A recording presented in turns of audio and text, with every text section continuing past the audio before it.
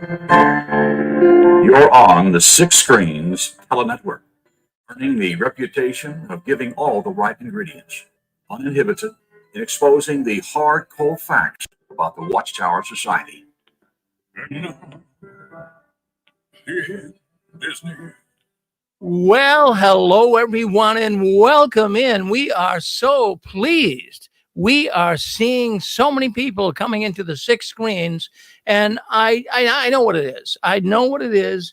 There is so many people leaving the Watchtower organization. Why wouldn't they leave? All of the changes, all of the foolishness that's going on. We're going to be talking about some of that tonight right here on JW World News. Well, my name is Rick Farron. I'm coming to you from the apostate capital of the world, right up here in Boston, Massachusetts. And I want to thank and welcome all of you guys for coming in and wanting to be with us. We've been doing this now going on 20 years. Never missed a Saturday night. I'm not saying that in a bragging way. I'm saying it in a realistic way. We have never missed a Saturday night. We are here because you are here. Friends, when you leave the Watchtower, it can be very lonesome. You don't know what to do. You feel bewildered. You have no friends. So people come in here.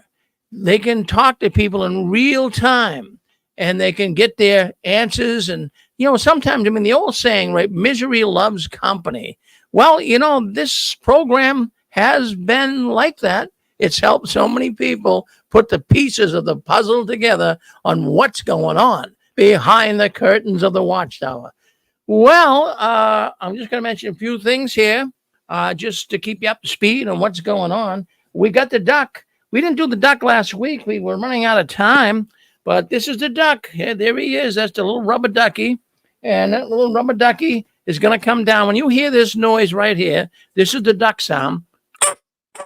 When you hear that, that is signaling that someone said the secret word. Now, in this envelope right here, we have a number of secret words. And during the course of the conversation, when you call up tonight, if you call up tonight and you say the word, they're usually Watchtower-related words. And if you say the secret word, we have a bunch of prizes. Now, we're starting a little different arrangement. As we said, you're going to gain points. And you're going to have these points. You're going to have to keep score yourself and be honest with me. So if you answer some of the questions tonight, some of the secret words that were, given, if the duck comes down, if you say the secret word, then you can win a prize, but it will be a point. And you get so many points, then we have different books you can win, like Millions Now Living Will Never Die, Captives of a Concept by Don Cameron. Now, that is one of the prizes. Plus, we have some T-shirts. We have some collector magnets. We have some mugs. So, I'll let you guys just let your points add up. And then I'll show you even gift certificates for McDonald's and Starbucks. So let your points add up. And then when they add up, you get enough points. You can get to just like your rewards at your Walgreens and CVS and what have you. So you get these points by answering it right. So give that a shot. That'll be now, if no one answers or no one has a secret word, they don't say it. What we'll do is at the end of the program, as we usually do, we'll give you some clues so that you can win some points. So we'll do that at the end of the program tonight. Now, the other thing I want to bring up is the convention. Now, I'm going to show you something. I've got something right here. You're going to be getting these tickets very shortly. I have been running into some issues with the Hilton Hotel up here. They have been driving me crazy. They're new. They have a lot of inexperienced help. But I got these tickets. They're all ready to go out to you. And I'll show you one right now. There it is right there. There is the ticket. The Still Alive in 2025, August 1st, 2nd, 3rd, 2025. Now, you notice the number on there. I'm going to start mailing the tickets out this week. You'll get it through your email. And the reason why I didn't, I was waiting till at least August 1st, because what the Hilton, I was in talking to them on Friday, and it was August 1st, and they said that people could start making reservations at the hotel. And they gave me a keyword, a code word, which was Farron, my last name, Fearon. And they said, Rick, have the callers, when they call in to book a room, use the term, the Farron, use the code Farron, and they'll save about 50, $60 a room. So for some reason it wasn't working. I went and talked to them. They said, oh, you have to wait a few more days. So if you've been trying to call in to the Hilton Hotel, wait a few days. It's a year out. No one's going to take your room, but then use the code. I'm going to see them again Monday. So I'd say about Wednesday or Thursday of next week, you can start calling into the Hilton and you'll be able to get your room reserved. But what I would do, now look at hotels today, many times you don't have to put any money up front. And I wouldn't do that. I'd make a room reservation for that date. And, you can always cancel it out if something happened, you got sick or whatever. But you don't really have to send any money to them. They might ask for it, but they'll take the reservation without it, and they'll save a room. We have 100 rooms blocked. That means that we're looking at close to 500 people, maybe over that will be coming to the ex-witness convention. It'll be the first of its kind. It'll be a 3-day convention, and it's going to be wonderful. The first day, we're going to have meet and greet. That'll be on Friday. That'll be on Friday, August 1st. And what that will be is all of those that want to speak up in the audience and they want to let us know where they're from, why they came, how long they've been a witness. We'll give them all a little bit of time to speak. So we're looking forward to that. And then Saturday, we have some very good talks. We have some authors. We have some YouTubers. And then let me put it this way to you. On Saturday night, we're going to have YouTube Awards Night. It's going to be the first of its kind in the ex-witness world. And we're going to actually be giving out awards and trophies. We have a little plaque that's being made up. It's like a little Emmy for those that really made some really good YouTube videos. Now, everybody out there, I want you to know, everybody that makes a YouTube video against the Watchtower, you're my friend, and we're all united. Now, some people have really gone above and beyond their line of duty. They came up with some beautiful, beautiful YouTubes. And in the next year or so, we're going to be watching them closely, and we're going to give out some really good awards to these people because they put so much effort into becoming an advocate against the Watchtower. So we're looking forward to that. That YouTube night be Saturday night. And we're putting together a panel now. We got some people that are reviewing YouTube videos. And then during that night, we'll also have people call in that are on our live stream because we're going to live stream the whole event. So I'm looking forward to it. I hope you can make it. I mean, start saving your money up. And the tickets are free. The tickets are free. You'll have to, pay your own way up here and for your hotel room and your airfare. But the tickets are free to come to the convention. All right. Now, you notice on that ticket, by the way, that's ticket number 28. Already we have numbers below that already have been saved. But it starts, that is one ticket, 28. Someone already has that. So the next ones that write in will get 29. You want to get those tickets because we only have room for 500 people. If you don't have a numbered ticket, you might not be able to get too close to the auditorium. You might have to watch it in the lobby. You might have to watch it up in your hotel room. But even if you can't get into the auditorium, you can at least be with the apostates, right? We'd love to have you come and be with us, and we'll have a good old time. And we're looking so forward to it. And we have so many people that have written me, and they're looking forward to it too. So if you haven't got tickets and you want tickets, we're up to, we have 200 and I think it's 56, 57 people that so far have signed up. So, get your ticket. Just email me at jwworldnews@gmail.com and we'll get your ticket out. And those tickets will start going out. You see them, I got them all printed up and ready to go. So you'll get an email. If you don't have an email, just write me a physical address and I'll send you the tickets by snail mail. Okay? All right. Thank you. All right. So let's see what we got going here now. Let's take that off. We'll do that right now. And let me just get to my, all right, let's take that off. And here I am. Okay. So that's all. So you got the idea. You got what's going on. Friends, I want to tell you that this week, the governing body finds themselves in a big pickle. Of course, they've been in a pickle for a long time. But this week, in the last week, more than ever, Why I say that is, did you see Serena Williams? Have you been watching the Olympics? Did you see Serena Williams carrying the Olympic torch? Oh, this is a no-no. This is definitely a no-no. You know, many are really wondering, Jehovah's Witnesses are really starting to ask about this. Some don't know that Serena Williams is now a baptized Jehovah's Witness woman. Now, many people say, well, she's not baptized. She is baptized. I can honestly tell you that. So Serena Williams is a baptized Jehovah's Witness. So what's she out there doing holding the Olympic torch? Now, obviously, the governing body's going to deal with this. They're going to get a lot of people asking, is there biased in the organization? Well, we know there's bias in the organization. I mean, between a celebrity Jehovah's Witness and a regular rank and filer, is there a difference? Do celebrities get cut slack? Well, I would have to say yes. I would have to say yes. Now, for many years, Serena wasn't baptized, but last year we discussed it right here on JW World News. Serena Williams is a baptized sister. I showed her pictures of her in the baptismal pool at the convention. So the governing body here is in a pickle. They are in a dilemma.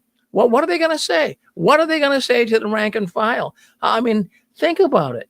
And the word that's going around here, what I'm finding, is what people are saying in the congregation.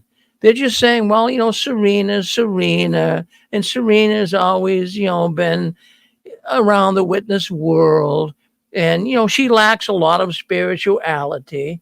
That's it. I mean, wouldn't you question it? Look at, let me tell you, when I was a young person, I played Little League. I played Babe Ruth League. I played high school football and baseball. My father was not a witness. My mother didn't want me to do it.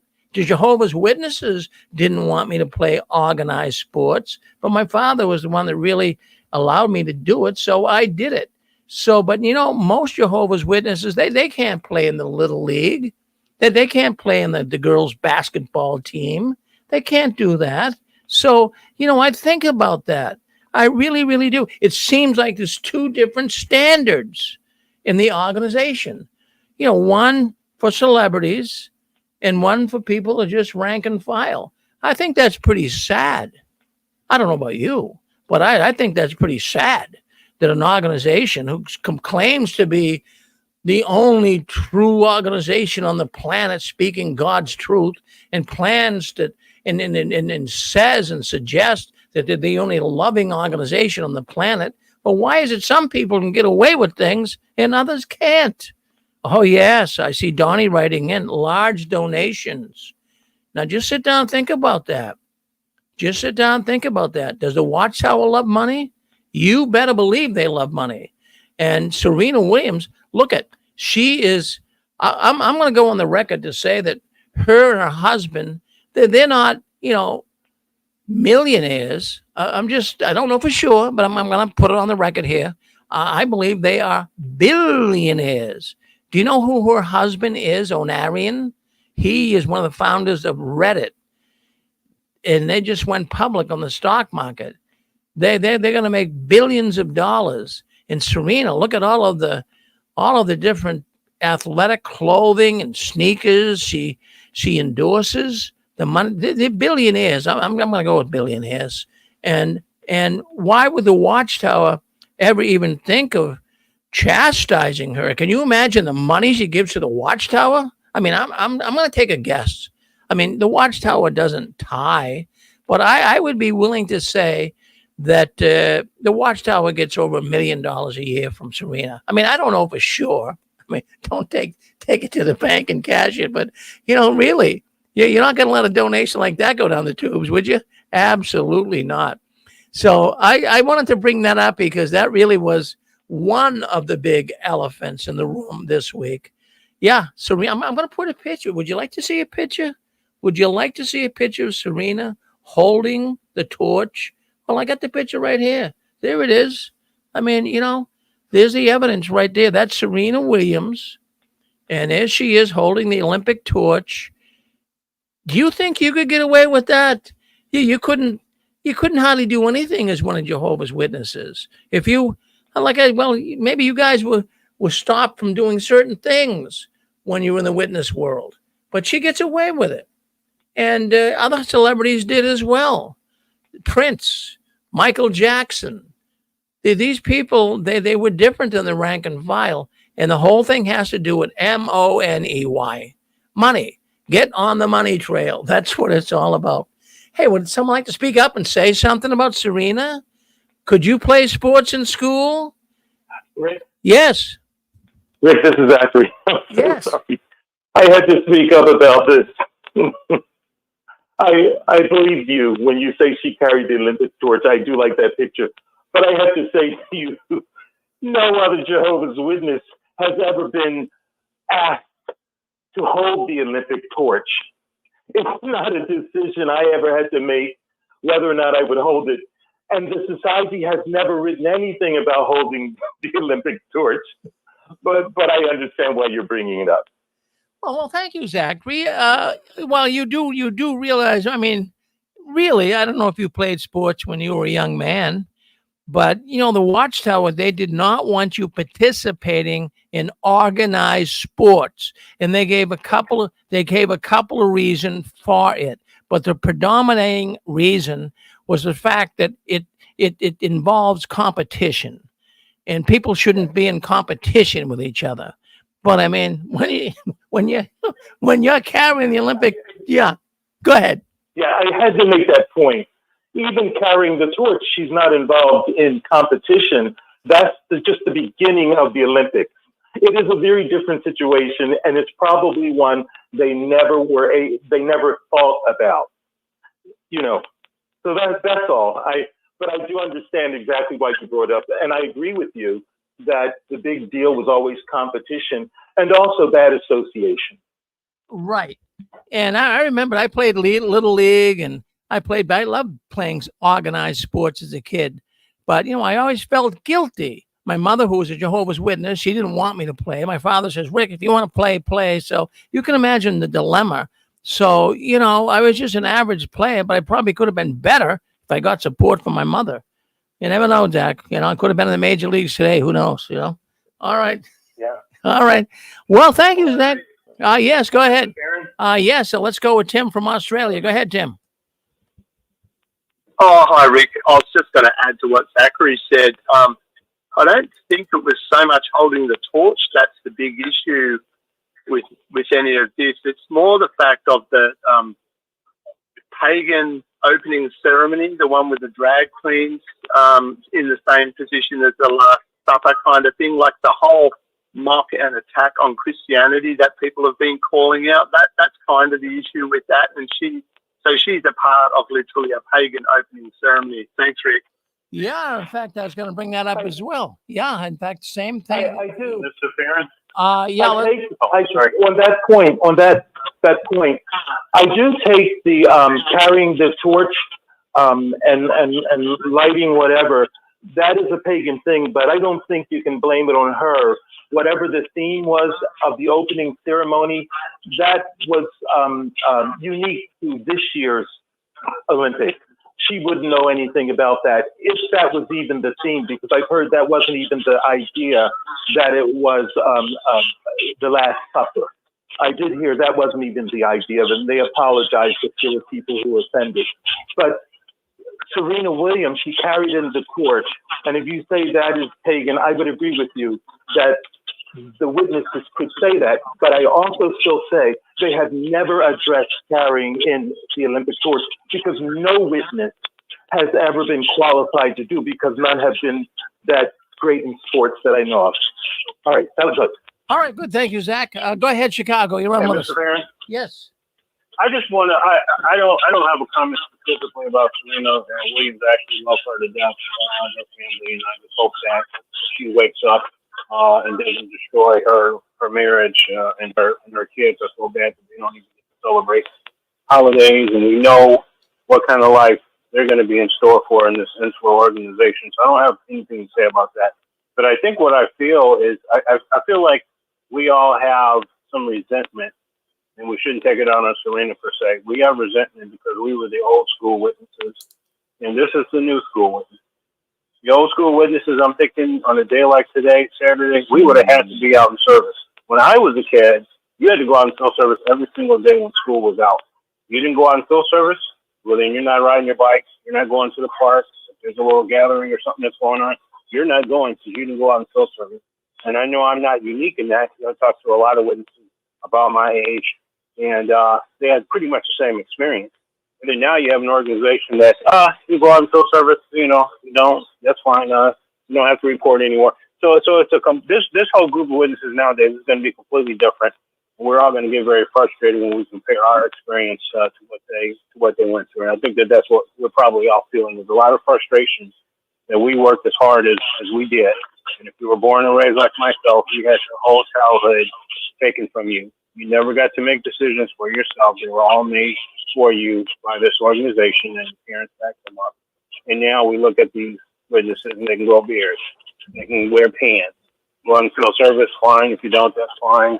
You don't have to be baptized to carry the mic, and all of the standards that are so low now compared to the way that we were raised up under. I think we're all a little bit frustrated by that. That's what I'm feeling. Yeah, in fact, thank you very much calling in. We do appreciate it. Get a little closer to your microphone next time, a little closer so we can hear you a little bit better. Roger that. Hey, can I say something? Is this 602? We got 602s on with us next. Yes, 308. 308? Hey, Rick. Hold on, we got 602, then we'll go to 308. Go ahead, 602. Hey, Rick, this is Gilbert. Hey, I agree with everything you're saying and what people are saying. But I'm just kind of, when I first saw that, it didn't bother me about Serena. It didn't bother me one bit. I'm happy for her, whatever she's doing. But I thought to myself, like, if Jesus were here, right, do you think he would be saying anything bad about Serena? Or do you think that he would be calling out the hypocrisy of the Watchtower? And so I always said, I always use that phrase, silence is a killer. I learned that from somebody. Well, I asked her, I go, why did you get a divorce? And she goes, my husband said my silence is a killer. And I said, is it true? And she said, yeah. She acknowledged it. And I realized that silence can kill, whether it's an unborn baby and an old 100-year-old man and everybody in between. Silence kills. And Watchtower's silence on this issue, I think is a greater sin. And I don't think what Serena did was a sin. So what I'm trying to, and I'm not trying to knock the argument. I do agree with what everybody said. I really do. But I always thought to myself, the big elephant in the room, we can't ignore it. And that big elephant is the governing body. That they are derelict of duty. They are hypocrites of the highest order. And they're just like Jesus says, they're sons of their father, the liar. And that's just my take on Serena. So I wish her well, and I wish she has a great time at the Olympics. I wish her nothing but good things. Well, that's awful nice of you, Gilbert. I'm sure most people listening in, I mean, she is a fabulous tennis player. She really is good. And she loves sports. So what are you going to do? But she must love the witnesses, too, when she got baptized. Put yourself in an awkward position. Okay, 308, you're on with us. Go ahead. Yeah, I agree with what GB just said, that at the same time, and yeah, the Watchtower is the biggest hypocrite in this situation. But then at the same time, I wonder if we should feel sorry for Serena, because maybe she's been blinded by the Watchtower, and they're just using her. And just eventually they'll get tired of her. Well, no, when her money runs out, then they'll get tired of her. But I think what happened at the Olympics opening ceremony really made a lot of people mad. And they did apologize to Christians and they that said that it wasn't representing the Last Supper, but they apologized for saying and said that they were sorry that they did that. And it might have gone like they said, to worshiping the Zeus god and all that. But still, they could have done it in a different way, and it was bad, especially because there were little kids around, and there were men that were pretty much naked, and one of them, it even showed his package hanging out of his underwear. And that was pretty raunchy, and from that standpoint, I just think it's a shame that they ruined the Olympics for so many people. That's all. Well, Debbie, I really appreciate you bringing that up. It wasn't a good thing at all. Thank you, Debbie. Always good to hear from you. Let's move on to. Can I say something? Well, yeah, go ahead, Zach. You have to kind of take your turn here, but we'll go ahead. An apology. When a person gives an apology, it doesn't necessarily mean that what they were accused of was correct. Sometimes you apologize just because you realize what you did was mistaken by people, and you want to make peace. So that doesn't mean they are guilty of what they were accused of. Okay, that's all. I'm done. Well, Zach, I won't go into it, but I mean, did you like that? Did you think that was wholesome? You know something? I didn't even see it until after the fact. I just saw a picture. I saw a snapshot, you could say. I didn't even see the opening ceremony, just the snapshot, and that there were people who were offended. And then I saw the apology and the explanation. That's the only reason why I'm commenting. Yeah, well, no, it's a good comment. Well, thank you, Zach. Always good to hear from Zach. All right, let's go to. Hey, Zach, wait a minute. No, it was inappropriate. No matter what they were doing, they should not have had naked men running around. Well, Debbie, you're looking at, as the witnesses would say, you're looking at the world. They might not be wearing suits and ties. Okay? All right, that's all. Okay, Zach, we'll talk later. I'm beginning to think Zachary has some type of I think he has a fetish for Serena. I really do. I'm beginning to think that. Dick, what do you think, Dick Boogie? You want to know you want to know about? I hear about Serena, Prince, and Michael Jackson. These are people who are, and Venus. These are people who are highly successful, and they get looked at because they are associated with the witnesses. But I think they're highly successful people, and I take my hat off to Serena. I'm proud of her. What can I say? Well, we all. I'm not Serena. I'm knocking the fact that they were inappropriate at the opening Olympics, and that's what was said. Whether they talked about Greek gods or the Last Supper, it was very inappropriate. That's all. Debbie, you'll have to report them to the elders, okay? Oh, okay. We'll have to take them to the back room, I guess. All right. Let's bring on. Let's go to. Well, Dick Boogie's been waiting very patiently. Did Dick want to come on and say something? Go ahead, Dick. Yeah, thank you, Rick. When you're holding that torch, that represents supposedly brotherhood and national pride for the different countries that are competing. So it's very nationalistic. She's holding that torch, and everyone knows she's an American. So in my opinion, that's a form of nationalism. And if she was a nobody JW, she'd been disfellowshipped. Thank you. I agree with you, Dick. Apostle Babe, we want to hear from Apostle Babe. Go ahead, Apostle Babe. Yes. Hi. So I grew up in Los Angeles County. My mother grew up in Compton, which is where Serena, her sister, the rest of the family are from. And let me just say, they have built up Compton. It was very neglected, okay? Watts is the next neighborhood with years ago there was Watts riots, okay? But they've built it up for the children of the neighborhood to become involved in community things. Like they've built up Compton quite a bit. They've invested in there where they came from. So I'm super impressed with them. But, as I was listening to you guys talk about her holding that torch, when I saw it, I was so thrilled that I didn't see the opening ceremony, so I can't speak on that, but I've heard some reactions, so I do need to watch it. But watching her get that lit and holding it up, I thought to myself, what an honor You know, what an honor. But that just tells me how worldly I've become because I see it more through the eyes of somebody in the world. Now, she's come out of the world and she's trying to become more Jehovah's Witness-like. Just like when people come out of the organization and it takes a while for them to shed some of their mindset of Watchtower lingo and behavior, I think we need to give her some grace to shed some of her worldly behavior and take some time to become more Jehovah's Witness-like. Well, can I say something here, Rick? I want to comment again. Well, hold on, Zachary. Excuse me, Zachary. Zachary. Let other people talk, Zach. Okay? We got a whole line of people who want to talk. I'm just raising my hand. All right, just wait your turn. Okay, go ahead, King of Dot. You're on next. Yep. We're talking about social reappropriation. Obviously, everybody knows that the Last Supper was painted by a homosexual, Leonardo da Vinci, just like Michelangelo was.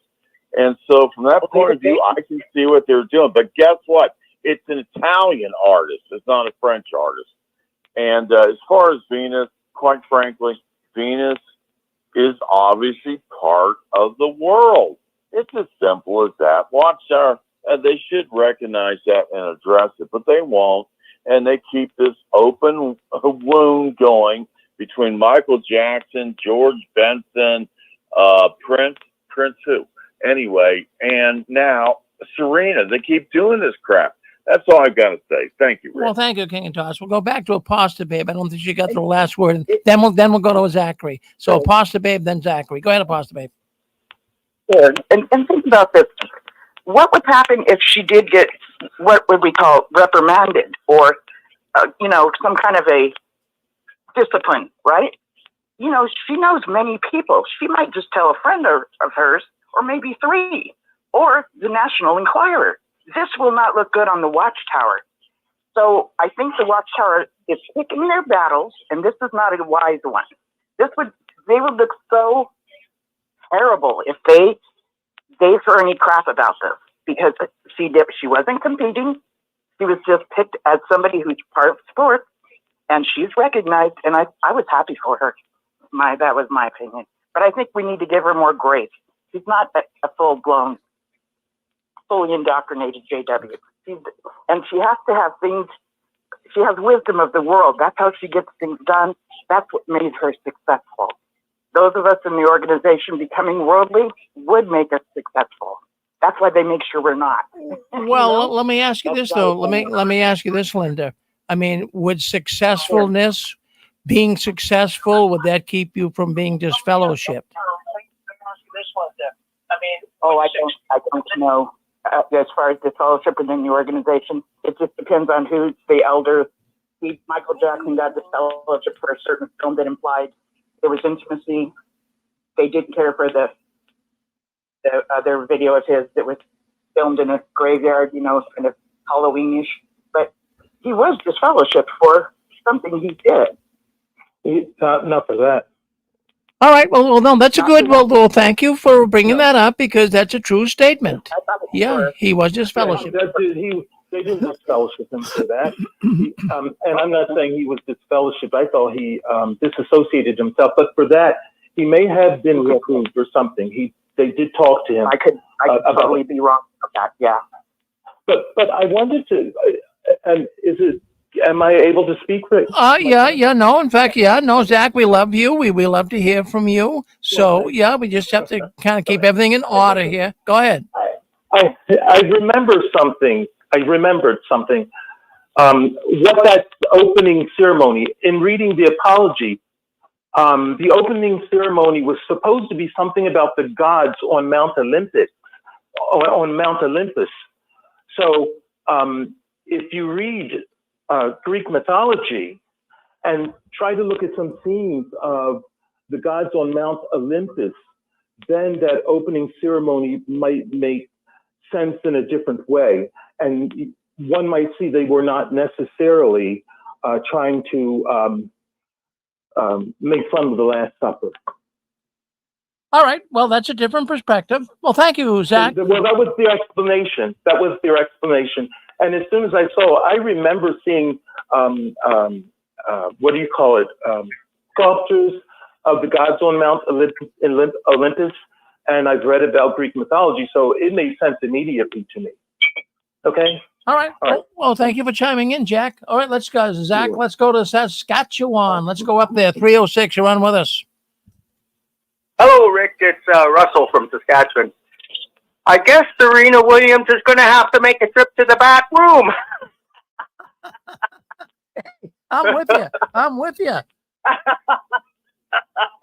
Yeah, it's funny. Yeah. I do believe, though, I've seen it here in Saskatchewan. There's a rich home builder in Saskatoon. He'd come a half hour late for the book study, and we're all just ticked off, the ones that are there on time, right?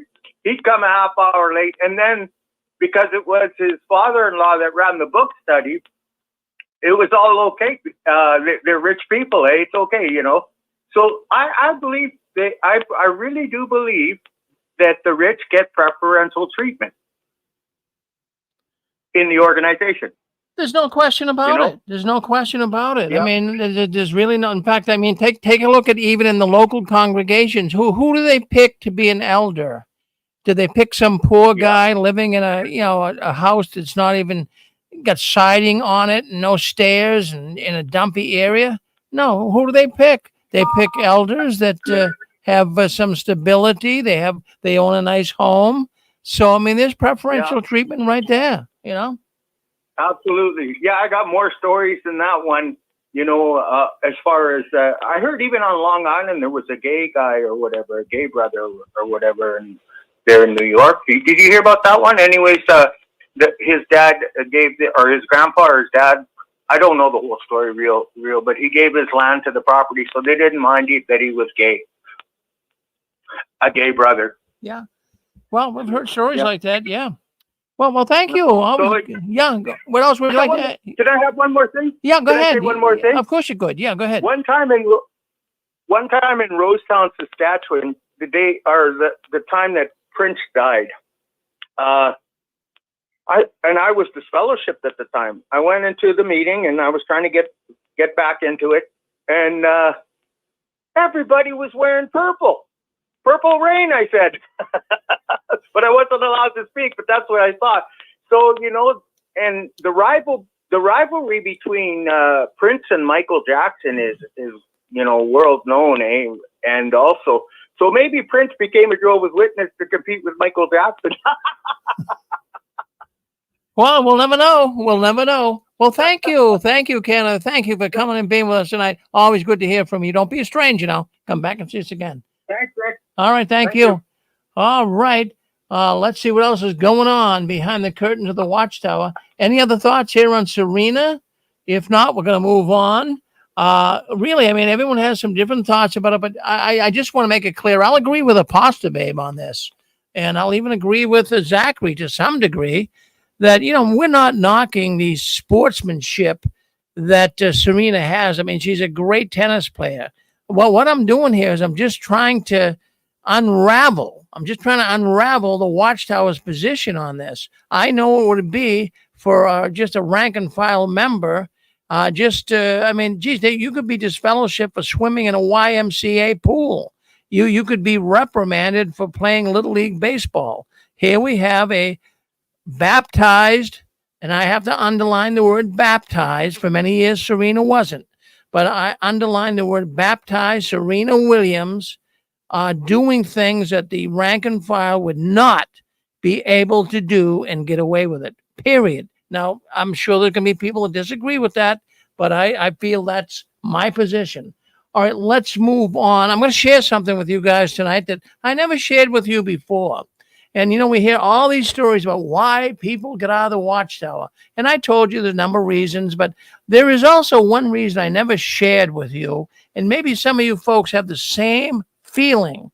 You know, as I was, you know, moving forward in the organization, and I was a good witness. I was an exemplary witness. I kept my nose clean. I wasn't always in the back room.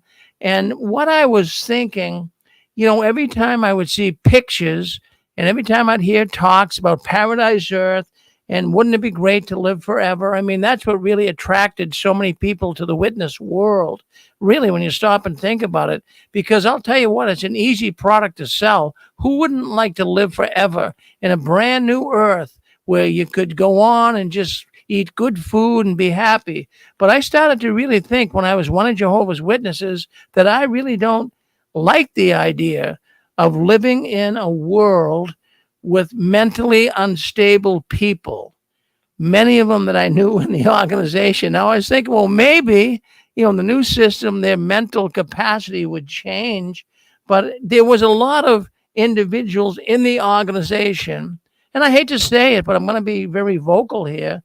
They were mentally unstable people. And I got thinking, do I really want to be with these people? Do I really want to be in a world where every day you have to be so like a Tibet monk, really? I mean, every day worshiping Jehovah and having the chieftains, the elders over you. And I got thinking, I don't think I want to be there. That is one of the things. It's not the presiding, it's not the predominant factor why I left the Watchtower, but it is one of the reasons. I really didn't want to live on a paradise earth with all of these people that I knew. I would rather not be alive. I'm not saying it in a fatalistic sense here, but I'm just being honest with you. Is there anybody else out there that felt that way? Or was it just me? Did you really think that, would you want to live forever in a system with all of these crazy people and like zombies? And I really got thinking, I don't want it. And I just wanted to see if anybody out there had the same feelings. Did you ever think that you didn't want to really be living in paradise earth with all these people? Mr. Parent? Yes. Hey, this is I don't necessarily know that I thought about it like that. I certainly did know that there were a lot of Jehovah's Witnesses that were not normal. In other words, in regular society, they would have completely been on the peripheral. They were just, they just weren't mainstream people. They weren't regular, normal people. But I always thought in the new system, personality would be modified, just like your physical body would be modified, brought to perfection, so they wouldn't be so crazy. So it would be okay. But I always did wonder in the back of my mind why this organization seems to attract these kind of, weird old people.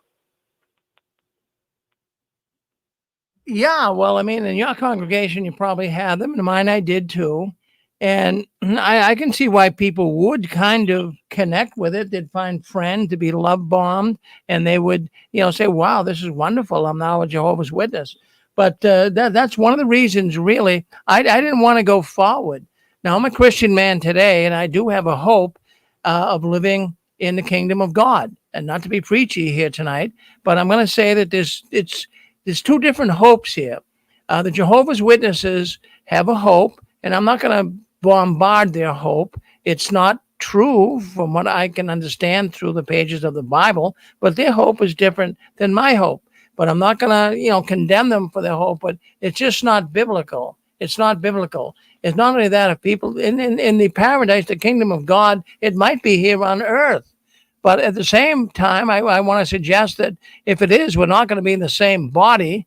I mean, Luke talks about don't store your treasures in heaven because of rust and moths, and someone could steal it. Don't store your treasures on earth. I'm sorry. So that's where you don't store your treasures on earth. So it's got to be different than what the Jehovah's Witnesses propose it to be. But just a thought. Just wanted to bring that up. Okay, let's move on. Let's talk about some other things here tonight. Hey, Rick. Yes. Yeah, this is Dan. Yeah, that's an interesting thought. I used to, after I left, I was probably as crazy as they were when I was in there. But I remember a lot of times the elders, they would get into a meeting and, we'd all be talking and they'd say, they were really concerned about the pioneers. It was like the pioneers were always crazy, especially up in East Texas. It'd be like, oh my God, you see they're not taking care of themselves. They're not doing that.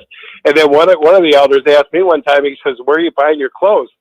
And I said, hell, I don't know, the Goodwill or something. He's like, well, you're wearing a, polyester suit out here in Texas and they don't breathe. Do you know about worsted wool and stuff? You know what I'm saying?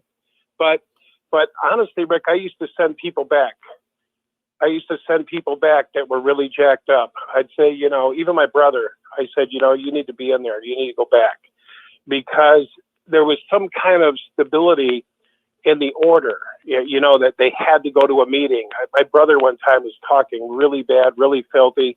And I said, I'm taking you to the meeting. And I did.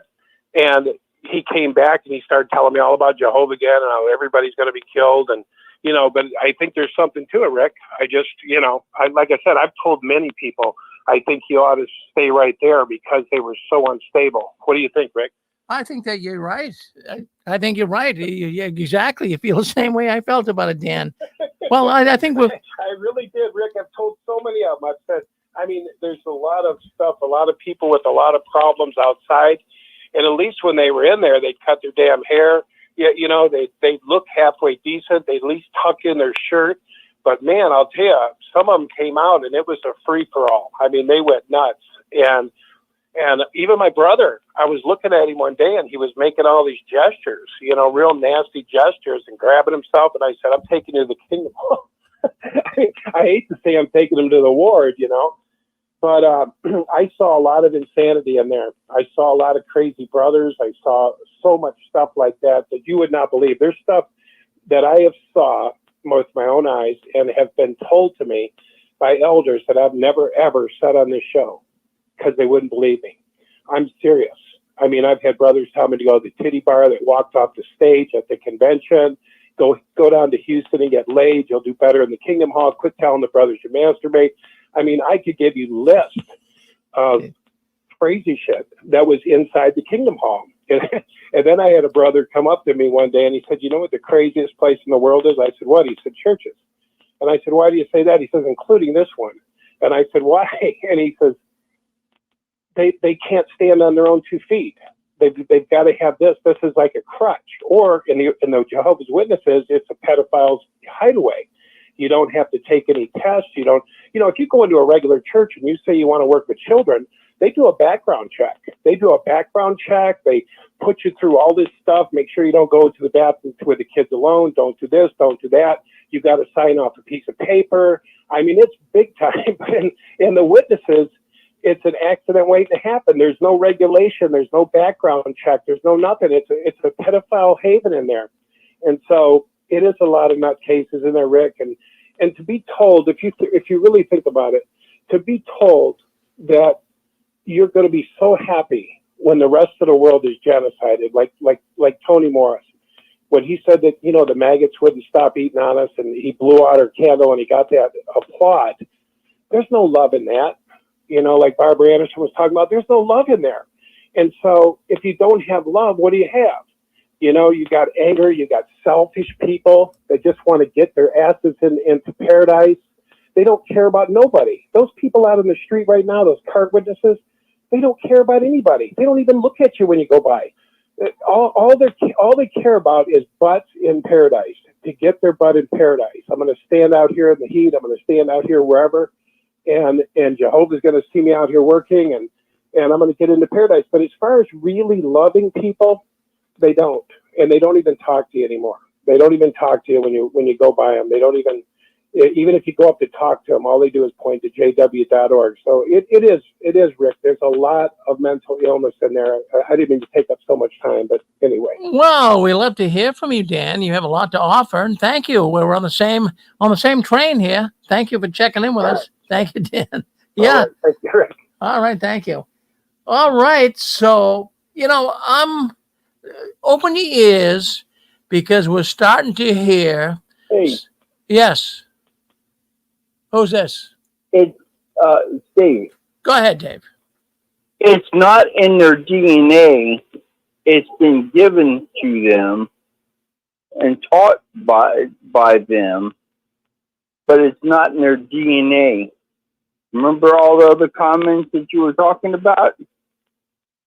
So they were all crazy and stuff. Yeah, well, I'm not saying they were all in their DNA. It's in their DNA. Well, explain to us the craziness. Well, David, I mean, explain to us how is that tying in with all of this? It's in the DNA. You think that? Okay, you guys were just talking about what the crazy people would be like. Okay, It's all in their DNA. Okay? But when you go and you do everything you get taught these things, it is not in your DNA. All right. Okay? All right. Well, So they have their DNA, but they get new crazier DNA by getting taught by that stuff. well, no, I mean, it can make it worse. If you're already mental to begin with and you have the DNA of mental illness, joining the Watchtowers are going to help you. You're right, David. Well, thank you for chiming in with us. Yeah, it's in the DNA. It's nothing else. All right. Good. Well, thank you, David, for chiming in. All right. Good to hear from you. Thank you, David. All right. So listen, open your ears. Are you starting to hear screams of persecution? I am.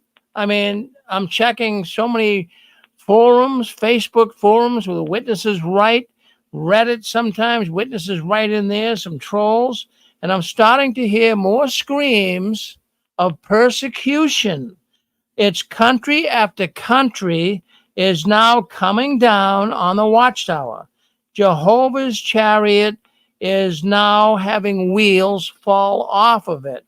And we have so many countries now that say enough is enough of enough. Now, Germany, yes, Germany, this is the latest country that now has had enough of the Watchtower. And there's other countries as well. Let me just name a few. We've been talking about them here on the six screens for the last couple of years. You know, it's one thing, you know, I remember when we started our program 20 years ago, we didn't have any countries speaking out against the Watchtower. It just didn't happen. Nobody did. The only one speaking out about the Watchtower was a handful of apostates that were willing to come out and say, listen, this organization's bad. And we didn't get many points on the scoreboard. Not too many people listened to us. And, you know, we tried hard. Randy Waters, Barbara Anderson, Bill Bowen, we all tried hard to get the word out that this organization is a scam. But, you know, our efforts, well, we didn't get too many takers. We didn't get a lot of people that listened into us, but it's different today. Friends, today, we have got countries. Oh my goodness, they're now our allies that are speaking out against the Watchtower organization. Countries like Norway, Sweden, United Kingdom, a few of them over there, Ireland.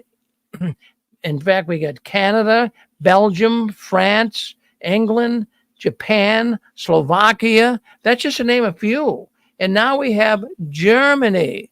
Oh my goodness, Germany. They are now investigating the Jehovah's Witnesses, as been happening here in the last couple of years. Many countries are starting to look at the witnesses and seeing what a cult they are, what they do hiding child molestation, what they do to hurt people and shunning. So other countries now are saying, we've had enough. And now we're hearing whispers coming in from Brazil. Now, in Brazil, they got another story going on over there. From what I understand, and it's breaking as we're talking, really, that in Brazil, the Jehovah's Witnesses, they get, it's government help for a lot of the people in Brazil. I think most of the people, and the government gives help for hospitalization. But now a judge just ruled in the last week that if you're in Brazil and you're one of Jehovah's Witnesses and you want alternative blood, not a regular blood transfusion, you want to have something that is alternative, they're not going to pay for the cost. So, you know, the world is now catching up on the Jehovah's Witnesses, and I am glad for it. But more and more countries are beginning to do their research. They're beginning to see who the Watchtower is, a very dangerous and destructive cult. So this is just so good to hear this, because it's the countries that can really bring the Watchtower down. These countries are the ones that allow the Watchtower to exist. And if the Watchtower continues to become so heinous and so evil, these countries are going to say toodaloo, like Russia, for example. The witnesses are banned. Now, I'm not saying that, you know, the countries have to take that drastic of a measure here. I mean, to the point of really throwing them in prison. But I'm saying that the countries should come down on them and say, look, if you want to practice your religion in this country, you better get up to speed here and stop breaking families apart and stop having people dying from blood transfusions and stop all this mayhem and child abuse. So countries are beginning to really understand what is going on behind the curtains of the Watchtower. So this is just so glad to hear. Friends, I have to tell you, this is some of the biggest news we've been reporting on. We never had this type of help. These are our allies helping us to really put the Watchtower out of business. Now, listen, the Watchtower, there's about 6 countries that the Watchtower actually makes money in. I mean, a lot of the African countries, the witnesses, by the time they build kingdom halls, the people are poor. Take, for example, Zambia, Nigeria. There's very little money there. The Watchtower is getting very little money for the return, building kingdom halls, renting out assembly halls and convention halls and what have you. It's not working. But there's about 6 countries where the Jehovah's Witnesses make their money. And of course, we know one of them is the United States. And Germany is probably the second one. Yes, indeed. That's a prosperous country for the most part. The witnesses there do pretty well. So they give Watchtower a lot of money. So what the point of my whole discussion would be here is the fact that, even though that we have all these other countries too that are picking on the Watchtower. Norway, for example, the Watchtower is going to lose probably close to couple of million dollars because of their shunning tactics. But the point I wanted to make with Germany is that's a profitable country. The Witnesses Watchtower organization makes a lot of money out of Germany, and that's always been the case. And I'm really seeing that as these countries come forward and more countries begin to really put the Witnesses under the microscope, someday this is going to trigger the demise of this satanic cult. Other countries will follow suit. It's like dominoes. Did you ever play dominoes? You hit one and then they all go down. This is exactly what's happening right now with the Watchtower. But we have to remember, this is not going to happen overnight. We certainly wish that America, the great good old USA, we wish that they would come to grips with this too and say, Watchtower, you're hurting people. You're ruining people's lives. But I have to remind you that eventually it will come to that. But the wheels of justice, they move very slowly. Especially when you look at, we're all seeing the corruption in world governments, aren't you? Do you see the corruption going on in the world today? No one's telling us the truth. We're not getting the truth from our politicians. We're not getting the truth from religion. We're not getting truth about the economy. And so, the world is so corrupt right now, and world governments, particularly here in the West, well, they have a political system that's made up of a bunch of pedophiles themselves. So how is it that you expect, a pedophile organization to bring down an organization that's filled with pedophiles? So there's a lot of corruption going on right now in the Western world. And I'll say our country is one of them. So what I'm thinking here is that there's going to be time that's going to transpire. And then all of these false organizations, including the Watchtower, they will eventually be exposed. And won't that be a wonderful thing when our country says, hey, enough is enough is enough. I'm not going to get political. I've been reprimanded for that, but we know who could straighten the whole situation out. So we're looking forward to changes coming in a country that's running amok. Okay, so all of a sudden here, we're finding that there's congregations that are gathering like they never gathered before. Now, I got thinking about this. Did you like the congregations gathering together when you were a witness? Did you go to picnics? Did you go to gatherings? Now, the Watchtower doesn't want the witnesses to use the word congregation gatherings anymore. They want to drop the word congregation because something could happen. You go to gathering with other witnesses and somebody gets raped or a kid gets molested, suddenly the Watchtower could be on the hook for that because it's a congregation gathering. So the Watchtower is now saying, don't call it a congregation gathering. By all means, don't call it that. So they just have to call it a gathering. But all of a sudden, I've been watching Reddit, reading it at least, and some of the YouTubers and what have you, and even information that's coming to the 6 screens. There seems to be a real pickup in congregations gathering, having gatherings more than ever before.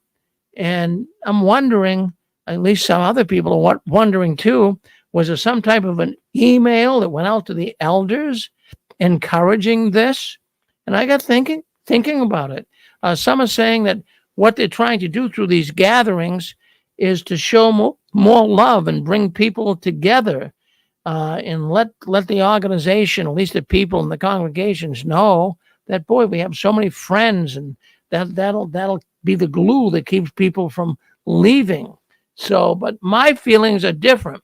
I think you're getting what I'm thinking here. My feelings are different. Remember, we discussed on the program here, they no longer use the word disfellowshipping. They no longer use that word. They use the word remove. And they no longer are going to shun the elders. I'm not shun, I'm sorry. They're no longer going to mark people. Now, you guys know that what it was like to be marked.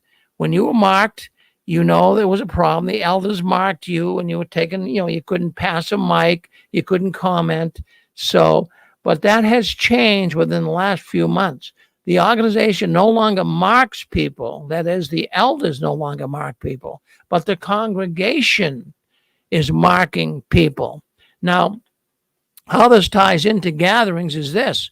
Now, the congregation, if they mark a person, supposes, Lucy Sue, Sister Lucy Sue, she's a little promiscuous and she's been doing things that aren't right. She's been dating some person outside the Watchtower. So Lucy now is going to be marked by the congregation. One of the sisters finds out about Lucy. So now Lucy is going to be marked. Well, what does that mean? Well, she can't be invited to gatherings. She can't be invited to any parties or get-togethers. So this is all in view of the new changes in the marking process. So the more gatherings you can have, and the witnesses are going to see, well, where is Sister Lucy? That they're going to get the point. That's my feelings on it. Now, it could be different, but it's definitely something that's going on right now. There are more gatherings than ever before in the history of the Jehovah's Witnesses. Now, you guys had gatherings. I did too when I was a witness. But right now, it's like unbelievable the amount of gatherings that are coming forward. Anyone have a comment on that? What do you think? Why do you think there's an uptick in gatherings? Do you have any feelings on that at all? Go ahead and hit *6 if you do. Did you like going to the gathering? Yes. Hi, thank you. Great show. You always do a great job, my brother. I was thinking with the gatherings, I'm thinking that the Watchtower organization is maybe kind of on the side, but not directly encouraging congregational gatherings, whatever they want to call it, because when people are together and having a good time, it helps them bond, and then they're more likely to stay in the organization, because I believe that most of what keeps the members in the organization, like you have said, what's the glue? I think the main glue is the fellowship, feeling that they belong. We all have the need to feel like we belong, that we matter, that we're liked, that people are glad we're there, and so on.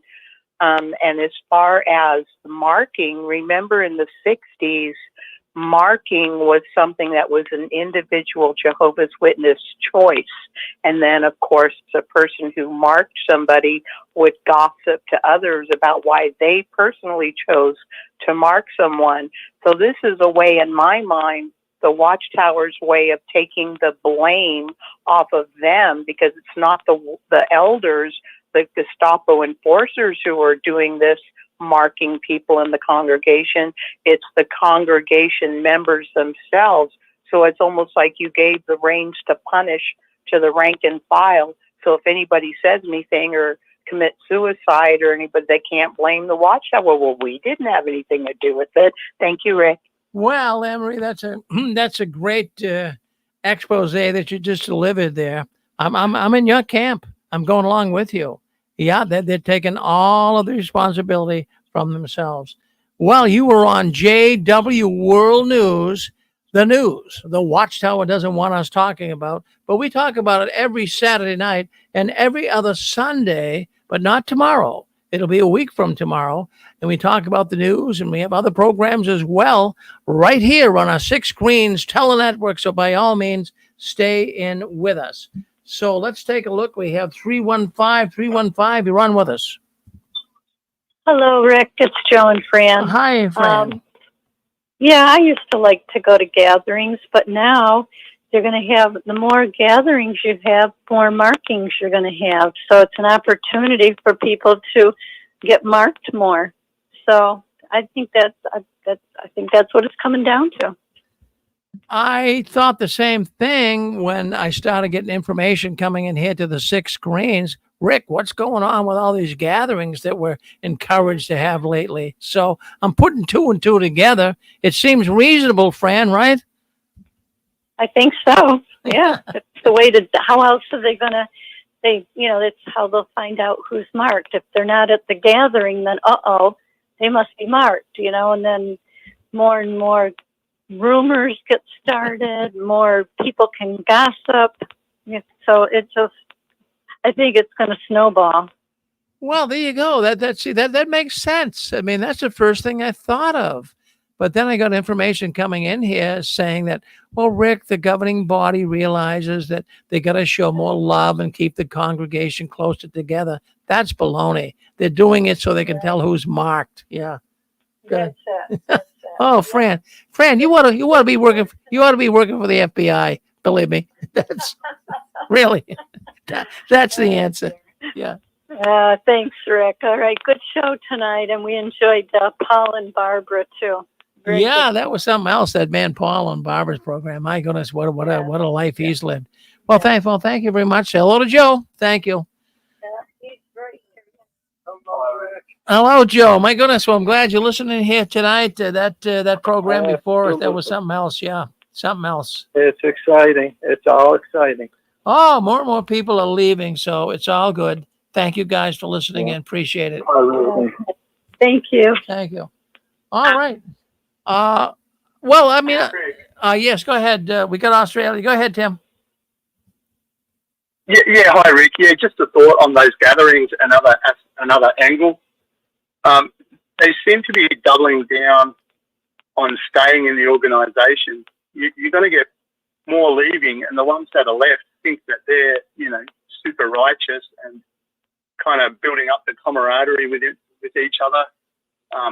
Like they're going to hold the fort kind of thing while everyone leaves, and that's where that persecution mindset kicks in as well. So probably part of that. I mean, I monitor some Facebook groups just to see what they're on about, and there's some crazy posts there, you got to oppose Satan, and Satan's not allowed in the groups and all. It's kind of like they're all, whoever's there, they really just thinks that they're doing the right thing. So, it seems like these posts that I'm talking about on Facebook are just to kind of build each other up to, stay in the organisation no matter what. And it kind of also then basically everything that's bad that's said is an apostate lie, and also just speaking about apostates, people like you and all the activists over the years is the reason why the countries are turning against the witnesses. It's an accumulation of voices that's got to the point where countries have had to listen.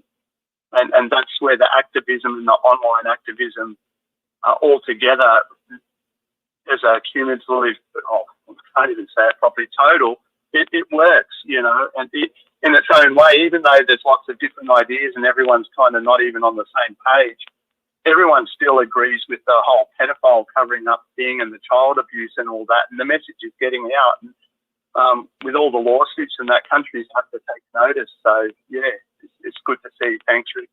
Well, Tim, it's so good to hear from you. And that's a great comment. It really is a great comment. The word is getting out.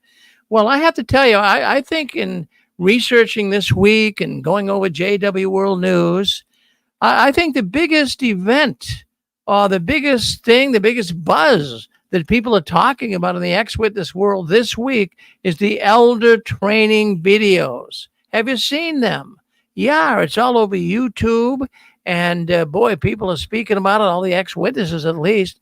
And somehow it was leaked. There's elder training videos. Now, you know, the elders in the local congregations of Jehovah's Witnesses, they have to be trained. I mean, many of them would act like they never were trained, but they do have to be trained. And what we find is some training videos that elders would watch to help them deal with certain circumstances in the Kingdom Hall. Now, I'm going to discuss the one in particular here tonight on disfellowshipping. Now, tonight after this program, we have Eric coming on and his program Awakening After the Watchtower. He's going to be talking about the appeal or how to get reinstated. But tonight I'm just going to focus. I don't want to overload your donkey, but we're just going to talk about the training video for disfellowshipping. And boy, I'll tell you, my wife and I watched it, and it's just unbelievable what the Watchtower does and the phony baloneyiness that goes on behind the curtains of the Watchtower. But let's do this. Let me bring the video up right now.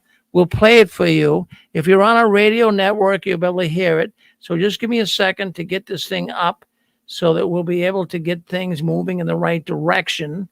Let me just do this. Give me a second here, folks. There's the, okay, we want to share that. Okay, bring this up. Just takes a second to get some of the technical stuff worked out here. But now we're going to share this. We'll go right to the very beginning.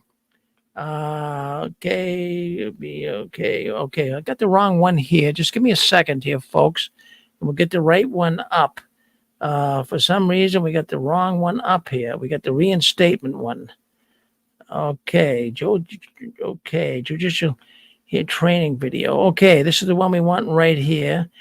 This is the hearing. We're going to start playing this one right here. Just give me a second to make sure we get the right one up. Yeah, it takes a little technical skill here to some degree.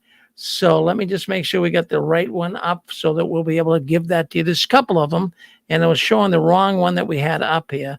But let's go now and get the right one up. Just take us a second or so. Sometimes you have to be multitasking here. But let's stop sharing this one, and let me bring this other one in. Did you see the video? You don't want to leave us now. If you didn't see this video, you got to at least see it or at least hear it. It's unbelievable. Okay, Robbie's training. Okay. All right, I think judicial. Okay, this is the one right here. We're going to bring this one up. So just give us a second to do that. Let's share it. And we're going to start off. I want you to listen on this. This is an arena. This is a dramatization. This is a video made by the Watchtower on how the elders are to speak to one in this fellowshipping hearing. So let's listen in. You'll find it very fascinating. Listen in to what they're saying, and then we'll stop it and talk about it a little bit. Here's the video. Let's do it right now.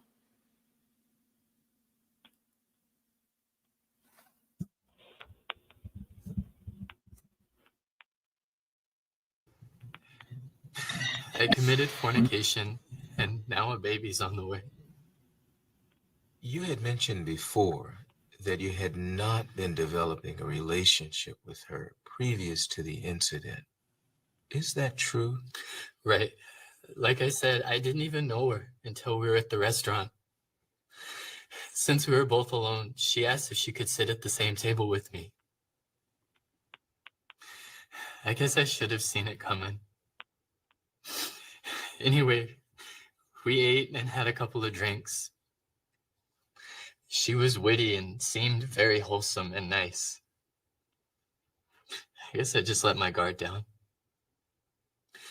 The next thing I know, she's inviting me to see this aquarium in her apartment. I wonder how many times she's used that line. But I swallowed it, hook, line, and sinker. And you know the rest of the story. She's now pregnant and claiming that she wants to marry me. I can't believe that I made one very bad decision, and now my whole life is turned upside down. Unfortunately, even King David experienced the consequences of a very bad decision. Do we have it right that she got pregnant from that one encounter? That's what she's telling me. I don't know. Maybe I'm not even the father.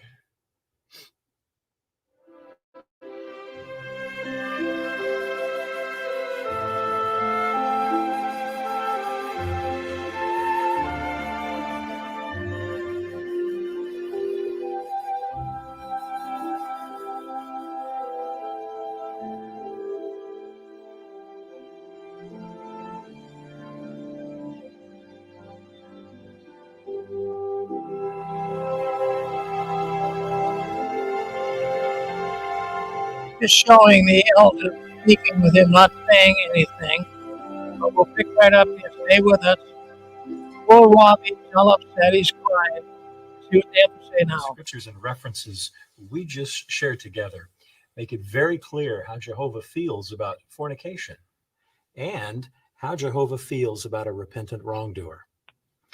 We just read Colossians 3:5 in reverse order, showing the steps leading to uncleanness and fornication. What did it indicate was the first step to avoid and thus not start down the path to immorality? Not to covet wrong fleshly desires in the first place. Robbie, do you remember in the psalm that you were asked to read, Psalm 51, what did David pray for after his sin with Bathsheba? I'm sorry. I was so upset that I didn't get around to reading that. He prayed for Jehovah to give him a pure heart. I was hoping you had prayed for the same. I am sorry, Brother Elderman. I didn't read it. All right, we'll stop right there for now. We'll play a little more of this. But I just wanted to bring a few things up. If you're watching the video, his poor Robbie being interrogated by 3 elders. He committed immorality, according to them. But what's of interest here to me is it seems to be the woman's fault for seducing him. I mean, is that normally the case in the world that we live in? Does the woman usually seduce the man? But in this particular situation, here we have poor Robbie suggesting that the woman seduced him. It seems like the elders always side in with the man, but we'll see what Robbie's fate is going to be. So anyways, let's move forward here. And the elders now say that they prayed for the Holy Spirit to be with them. Now, you'll see this in the video. Now, in a disfellowshipping meeting, hearing, if you were disfellowshipped, did the elders pray for you? I would say no. I mean, I was disfellowshipped in 2005 for apostasy, but when I went into the meeting with the elders, they didn't pray, but they're saying that they prayed for Robbie. That's the kid's name here, the young man's name, I should say, in the video. So they prayed not with Robbie, but before he came in the room, they prayed that the Holy Spirit would be with the elders. Well, I just have a hard time with a lot of this, but let's continue on here. And we're going to play a little more of this. I want you to hear it. This is a training. What you're listening to here is a training film that elders, now this was released a few years ago. Things are changing a little bit now, but this is what the elders would use as a training film to help them, training video, to help them to be able to know what to say and how to handle it. Let's listen, and let's just listen to a little more. Robbie, we prayed for the Holy Spirit to be with us, and it can guide the elders' thinking if we're alert to what we hear and observe. Something just occurred to me that we failed to ask you previously. What about after that first night? How long after that encounter did Lucy inform you that she was pregnant? It was a couple of weeks later. A couple of weeks. That doesn't quite add up. Try to think back as clearly as you can, Robbie. The reason why I'm suggesting this is a woman would not know she is pregnant in that short of a time. Lucy would have had to have told you, possibly a month and a half after the incident, at least. Can you think about the time frame again? Could it have been as much as a month and a half, or maybe even 2 months since your encounter with her? What difference does it make? The fact that she is pregnant now and wants to marry me is the worst part. I already confessed to having sex with her. What more do I need to say? Robbie, we know this is something that's not easy to discuss. But remember, we're here to try to help you restore your relationship with Jehovah. As we said earlier, this is not a court of law. We simply need to have clear in mind exactly what transpired. So, what do you say about the time between that first night at her apartment until she told you she was pregnant? Now that I think back, maybe it was closer to 2 months. What's the point anyway? I should have asked this sooner, but after that first night, actually, for the last 2 months, how would you describe your relationship with Lucy? We were just friends. There isn't anything wrong with that, is there? We all have some acquaintances that are not witnesses. However, do you remember we talked before about spending social time with a person who does not love Jehovah? It puts us in line to be influenced in our thinking and even our behavior. You just told us that you and Lucy have been friends for the last 2 months. We thank you for being honest about that. How friendly were you? Were you like boyfriend and girlfriend? I wouldn't call it that. We certainly weren't talking about marriage or anything until she found out she was, you know. Were you ever alone with her during the last 2 months? I'm sure we must have been. Where is this all going? That's what we would like to find out, so that when it is all said and done, you can feel totally clean before Jehovah. We don't want you to later feel like you should have shared more information and then have to feel guilty all over again in the mind. I'll stop it right there for now. Friends, this is an interrogation. This is an interrogation. Can you imagine? I mean, we all were involved in situations like this. This man, Robbie, the poor man, young man, is being interrogated. Shame on those elders. I mean, they are kicking him down, kicking him while he's down. They're not offering any. This is not the way a real Christian organization would be. They wouldn't interrogate. They're asking him all kinds of questions. It's just absolutely crazy how this organization gets away with this, but we kind of allow them to do it. I'm just going to move up here, and then we're going to make some comments. I'm going to move up here a little bit to, let me move the timestamp up a little bit to 8:12. Let's see if we get to that point, and we'll start it again. I'm going to get some comments on this. Let's start in at 8. Let's hear what this elder has to say. After the incident. I don't know why I waited to tell you. I guess I was just scared of what would happen. We understand it's not easy to come forward, but the sooner one does, the sooner his conscience can be unburdened. And now you watch, the elder is actually, this is where it's very shameful. The elder is really going to push Robbie into, well, how many times have you had sex with this girl? I mean, this is sick stuff. It's none of their business. But listen closely. While Brother Anderson was reasoning with you, another thought came to mind that I'd like you to think through with me. You initially painted the picture of Lucy as being a worldly woman without morals. She caught you off guard, and sadly, you were seduced by her. Does that describe her accurately? Yes. You now say that you've been friends with Lucy for the last 2 months. Can you understand my next thought, Robbie? If Lucy is the type of person you described, and the very first time with you, she seduced you into having relations with her, it does not seem reasonable to think that for the next 2 months, she would suddenly become shy and morally upright, does it? No, I guess not. And as Brother Anderson alluded, you did not come to talk to us until you found out she was pregnant and wanted to pursue marriage. And from what we have learned from you just now, it seems that your relationship with Lucy advanced during the past 2 months, much more than you originally led us to believe. Is that a fair assumption? Yeah, I guess so.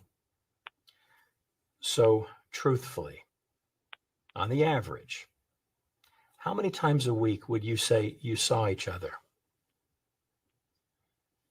Each weeknight after work, we would go and get something to eat together.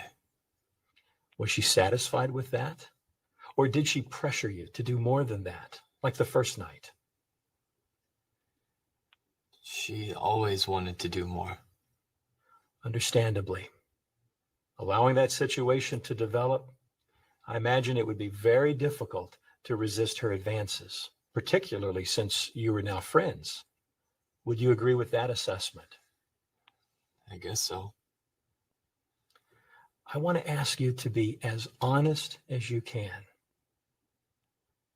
How often would you say you succumbed to her advances?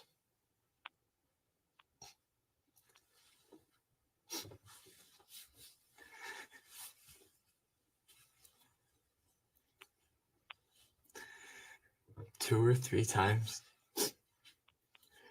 2 or 3 times a week? Yes. I couldn't stop it. And then it all comes apart on me when she finds out she's pregnant. Probably from our first time together. You know, I really have to, as I watch this, and you guys are watching it as well, is it really necessary to have that much detail?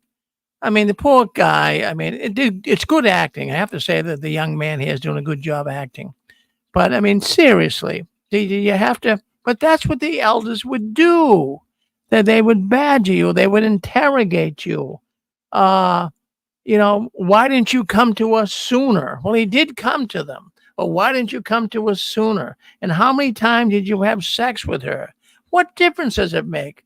Really? Why put the young man under that type of pressure? Friends, we all walk through life. Would you want to be interrogated like that? My goodness, let's stop sharing this. I've had enough of this. This is absolutely crazy stuff. I think you'll agree with me. Yes, go ahead.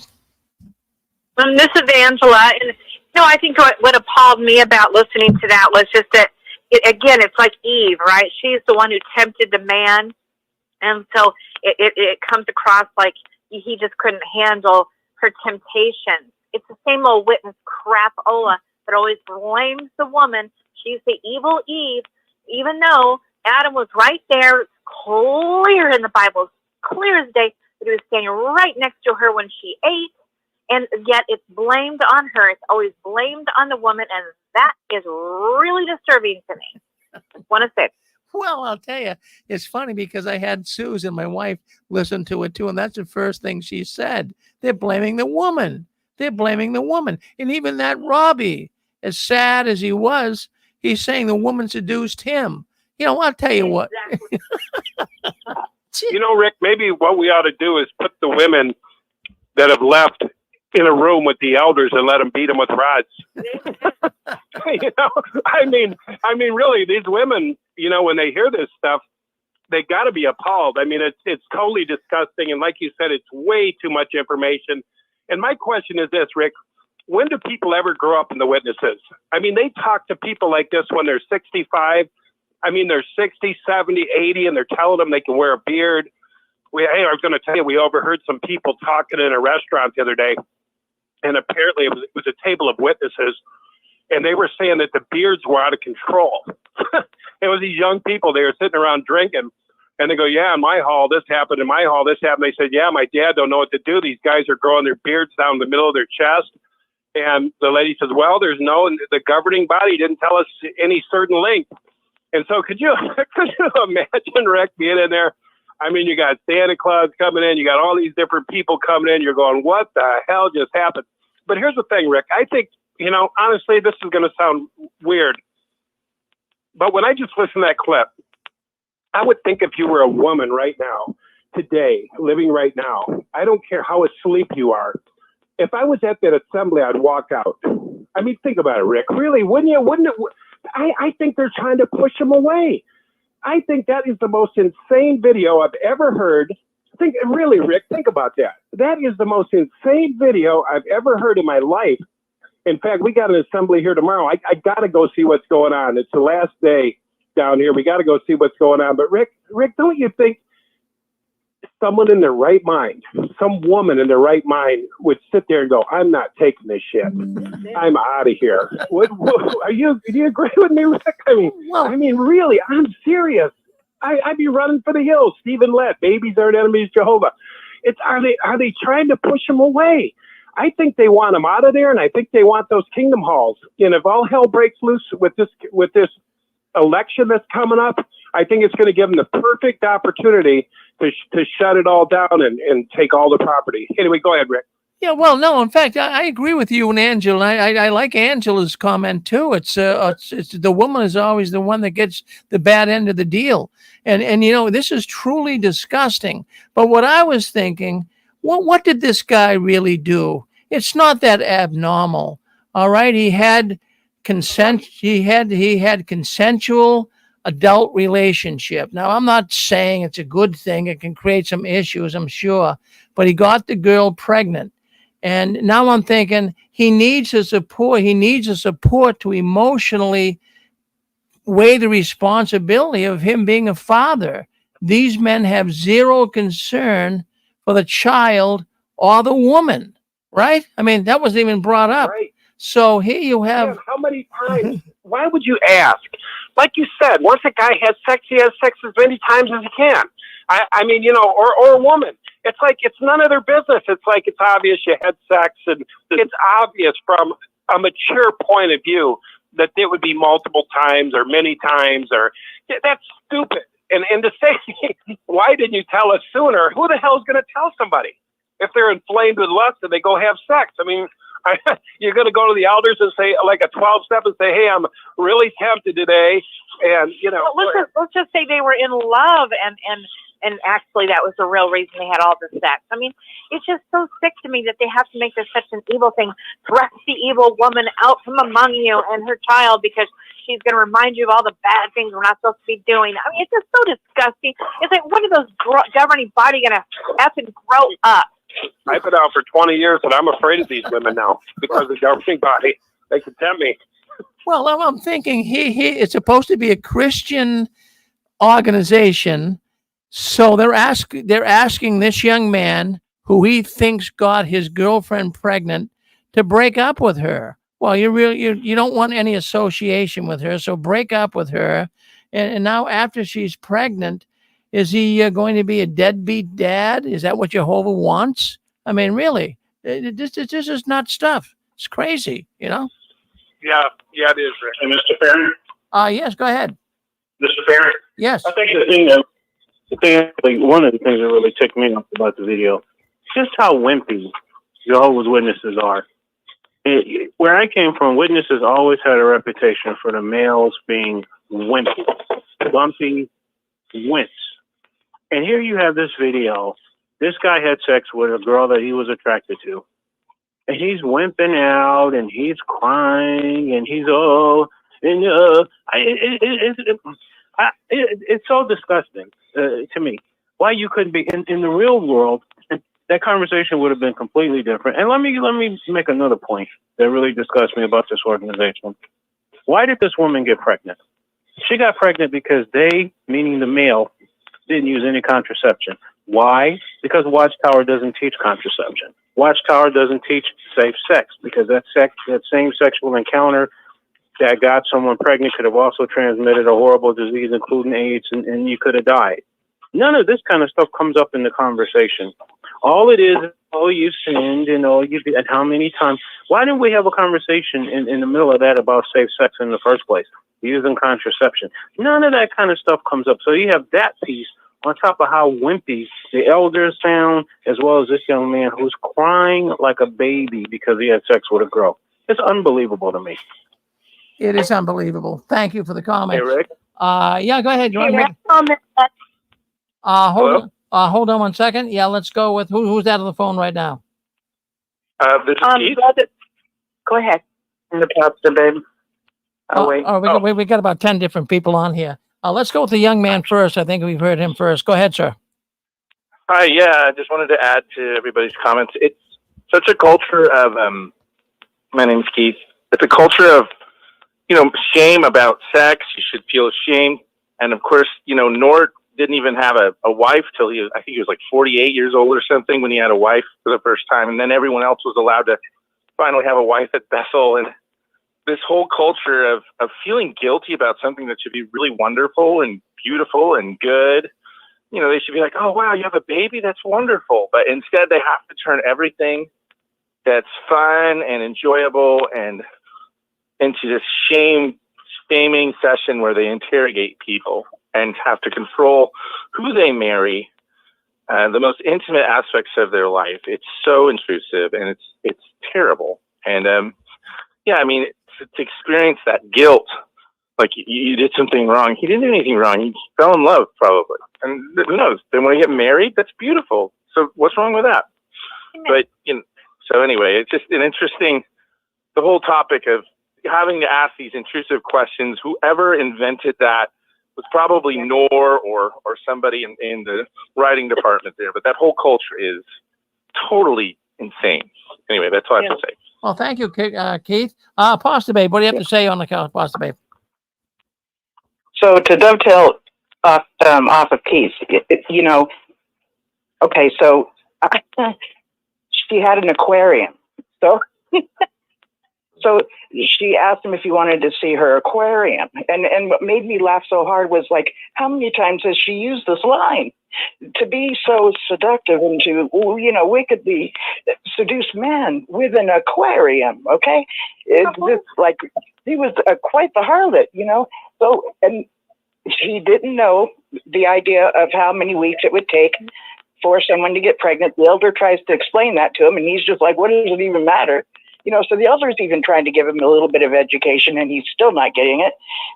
We're taught abstinence, or, to be celibate within the org. And having a condom would have been a good idea. It's, I don't know. Okay, anyways, it is. It's one of those things where the lady seduced the man. And the reason I believe that they asked him how many times has he been intimate with her is because from what I've heard, is if you do something like 3 times a gross sin, then it becomes a practice. And then if it's a practice, then it might be a disfellowshipping offense. So I think that's the reason they were asking how many times. But it seems like he became comfortable with her and it was enjoying the friendship. But he can't act like that in front of the elders. It is absolutely forbidden to see anybody intimately that is not a Jehovah's Witness. Yeah. So you would go apostate babe. You would go with the woman seduced him. I think that's lame. I think that's a poor excuse. Yes, that's what was being said. Yes, he's not taking responsibility for his natural desires. He's a young man. Of course, he wanted to see her aquarium. He could have had a pet spider, and he would have wanted to see it. Okay. Hey, we might find a new term for aquarium here tonight. I'll tell you. Right, I'm telling you. I wonder how many times you use that line about the pet spider. Right, it could be anything. All right. All right, let's hear what Dick Boogie has to say. Go ahead, Dick. Can I after Dick? Hello, this is Constance. Thank you, Rick. I just loved Pastor Pip's comment about the material. Oh my God, that was anyway, I was just gonna say, Rick, it's another thought. Seeing that video, it makes you sick. But the point I wanted to make is how it demasculates so many men in the organization, and that even hasn't been brought up. I mean, my husband was a Marine. Okay, he was boots in the ground in Vietnam. Can you imagine the elders trying to talk to my husband about that, Oh my God, But the organization is all about demasculating the men. And I think it's so sad. I'm a woman and I can even see that. I can't even imagine what it must be like to be a man and be so humiliated and downgraded and degraded with, being in a judicial committee meeting. I mean, I think it's appalling. Yeah, well, hey, we all agree with you, Constance. We all agree with you. And if any woman ever asks you to come up and see her aquarium, say no. Yeah. Yes. Go ahead. Yes. That story about the aquarium, that sounds kind of fishy to me. It reminds me of this girl I met at a nightclub one time, and she wanted me to come up to her apartment and see her pussy cat.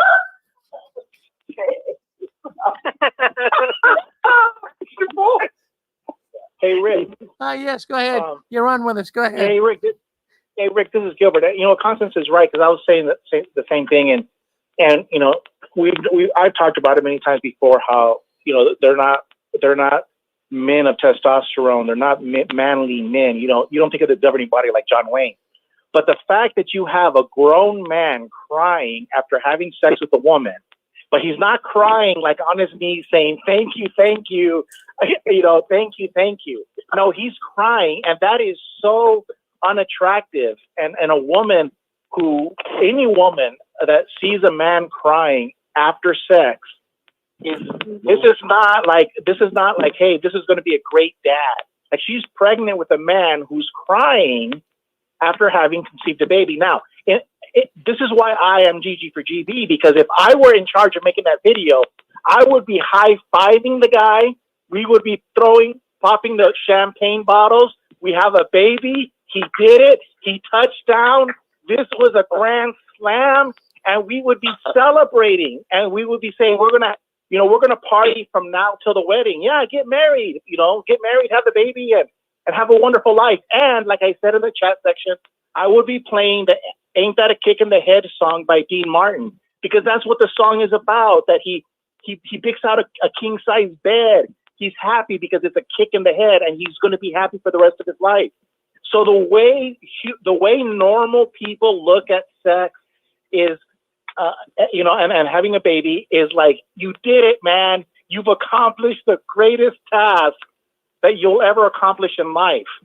But the Jehovah's Witnesses, like we heard earlier, they take this, like I think it was Keith that said it, that they take this great monumental moment, and then they try to, like Constance says, emasculate the man.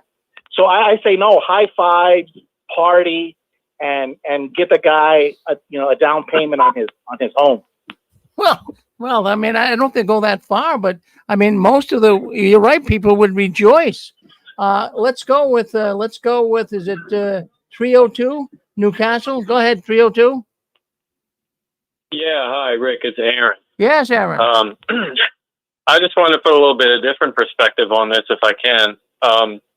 In the real life, this video just proves the point of how the governing body are completely out of touch with reality. Especially for dating in the modern world for younger people, and I would even go so far to say as people in their 40s like me, but especially older millennials and on down into Generation Z. You have to really understand how difficult it is for men today to get even a pass from a woman, from the average woman. And the reason why is because the average girl were raised by feminists who were also raised by feminists, and so on down the line. And what's happening is they're taught to never accept anything other than what, 6 feet Giga Chad with the perfect chin, et cetera, meaning this guy would not even get any attention from a girl being a guy carrying around a book bag going from door to door in a religious cult. So this is not even a real world possibility at this point. But, you know, maybe that's just me. Well, no, Aaron, it's not just you. I mean, the Jehovah's Witnesses, if they saw this, which they really shouldn't be because it's an elder video, but if the average worldly person saw that video, they'd say something's wrong with that. Geez, what's going on? Really? Jeez. Well, hey, Rick. Yeah. You know, another point of view is it's like a get out of jail free card too. I mean, when that guy, when the lady say, "Let me show you my pussycat," or was it an aquarium? Which one was it? Aquarium. Okay, that was Dick. Yeah, I know Dick. but anyway, you know, those elders were the farthest thing from that guy's mind. When that lady said, "Let me show you my aquarium," the guy's like, "Oh God, you know, am I going to get laid? Oh my God, you know." I mean, that was the farthest thing from his mind. But then I think it's manipulation. I think he crawls back into the elders and says, because I've done it. I've done the same thing. You crawl back into the elders. Oh, it was really bad. Oh my God. Well, how, you know, what happened? I didn't do it. I was kind of like Clinton. I went so far one time and I told the elders I didn't go all the way. And they said, "We don't believe you." And I said, "I'm serious. I didn't go all the way. I went this far." And they're like, "We don't believe you." And you never know what's going to happen. But the cool thing is, I mean, the guy didn't say cool. It's really not cool.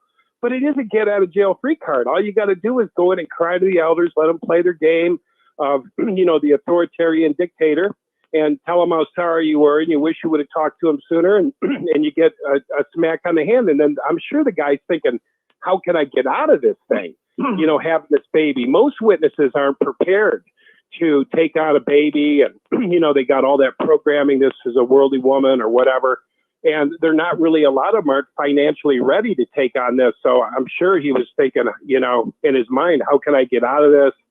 You know what I mean? I mean, that's about the mentality inside there. Anyway, that's it, Rick. Well, Dan, always good to hear from you. Good comments here tonight. Let's go to 540. 540, you're on with us.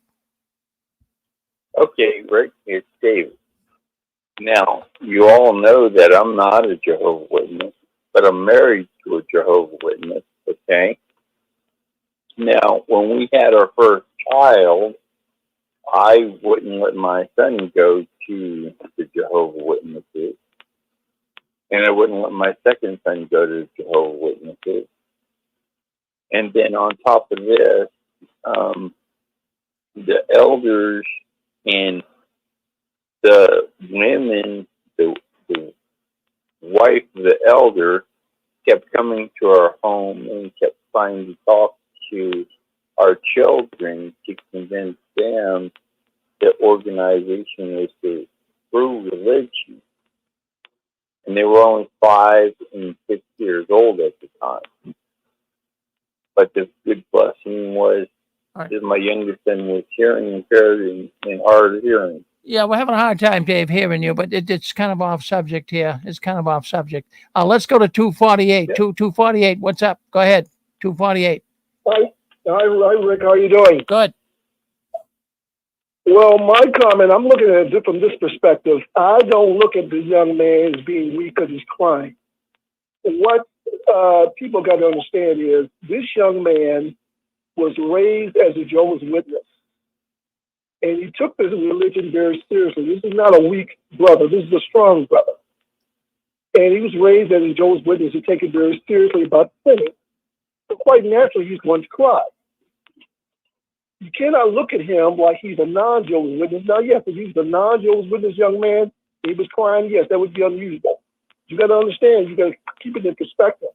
This is a Jehovah's Witness young man, take the religion very seriously, so quite naturally he's going to cry when he sins. Another point is, I don't think it's necessarily harmful that a young woman can seduce a young man. Women do seduce men, and men seduce women. That happens. I mean, they could have done this with a young sister, and a worldly man could have seduced her. It works both ways. Both genders seduce the other gender. No big deal.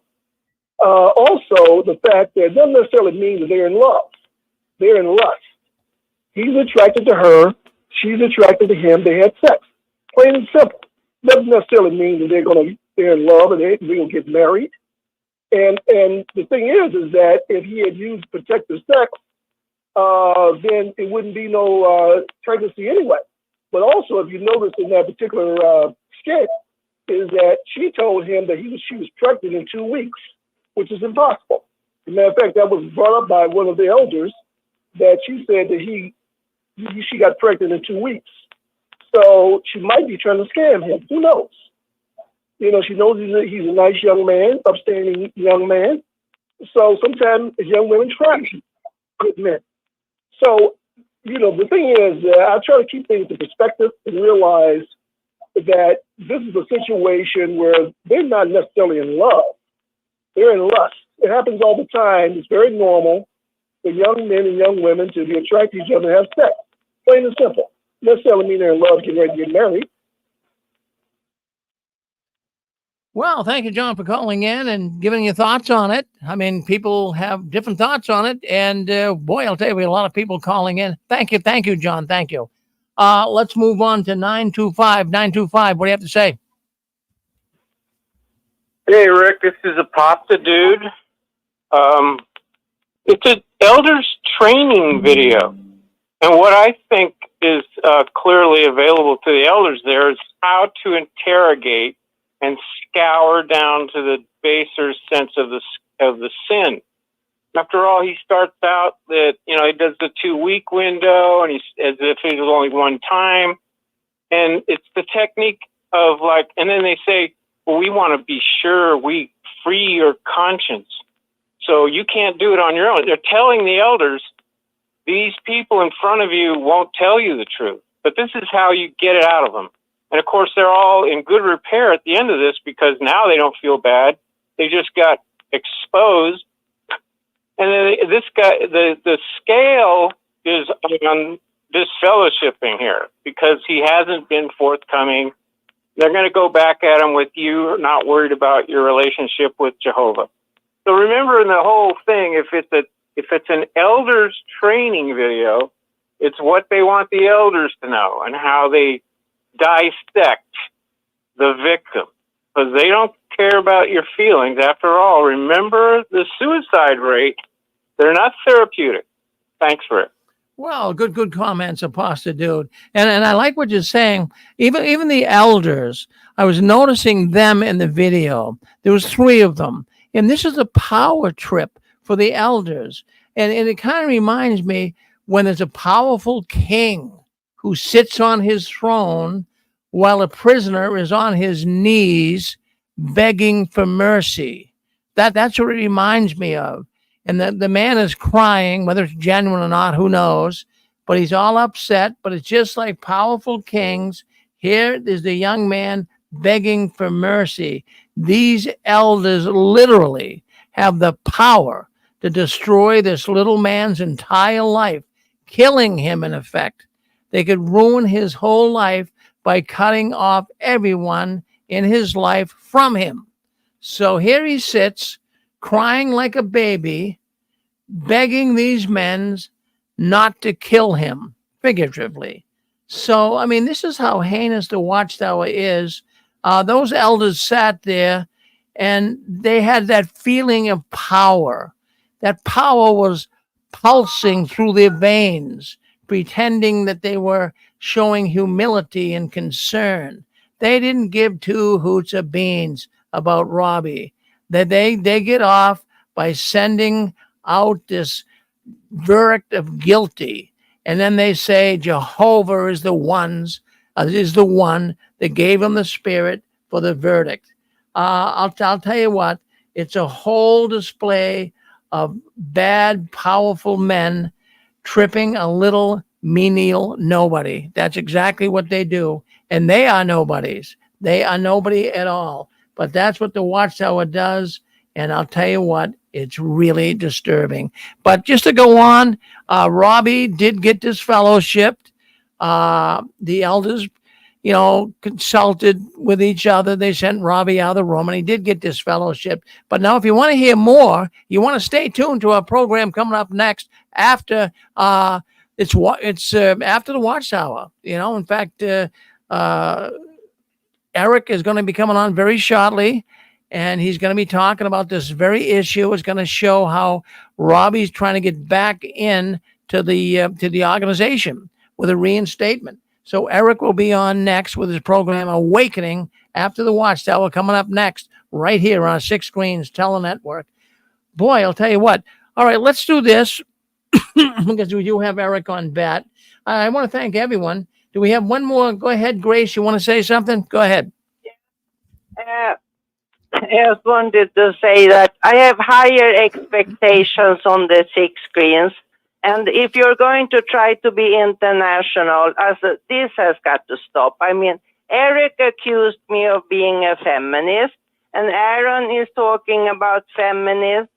I just wanted to make clear, a feminist is a person, male or female, who thinks that a woman should have equal rights, for example, to vote, and to have equal pay for equal work.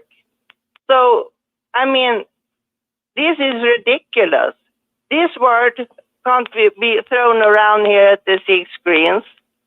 And also... Grace, I'm not really following what you're saying. So this discussion you don't think is fair? A feminist. They're talking about feminists. Oh, yeah, well, they're blaming the woman. Aaron was talking about the feminists, but I didn't get the chance to cut in until now. All right, well, I think you're going to miss the whole program here. I think you're coming in cold. No, I listened. I saw the show. It's about the elders. I saw the entire program, but there were so many callers that I didn't get the chance to cut in. All right. And Aaron was talking about feminists, that feminist woman and things. And I just wanted to assure everybody what is a feminist. Well, what's your definition of a feminist?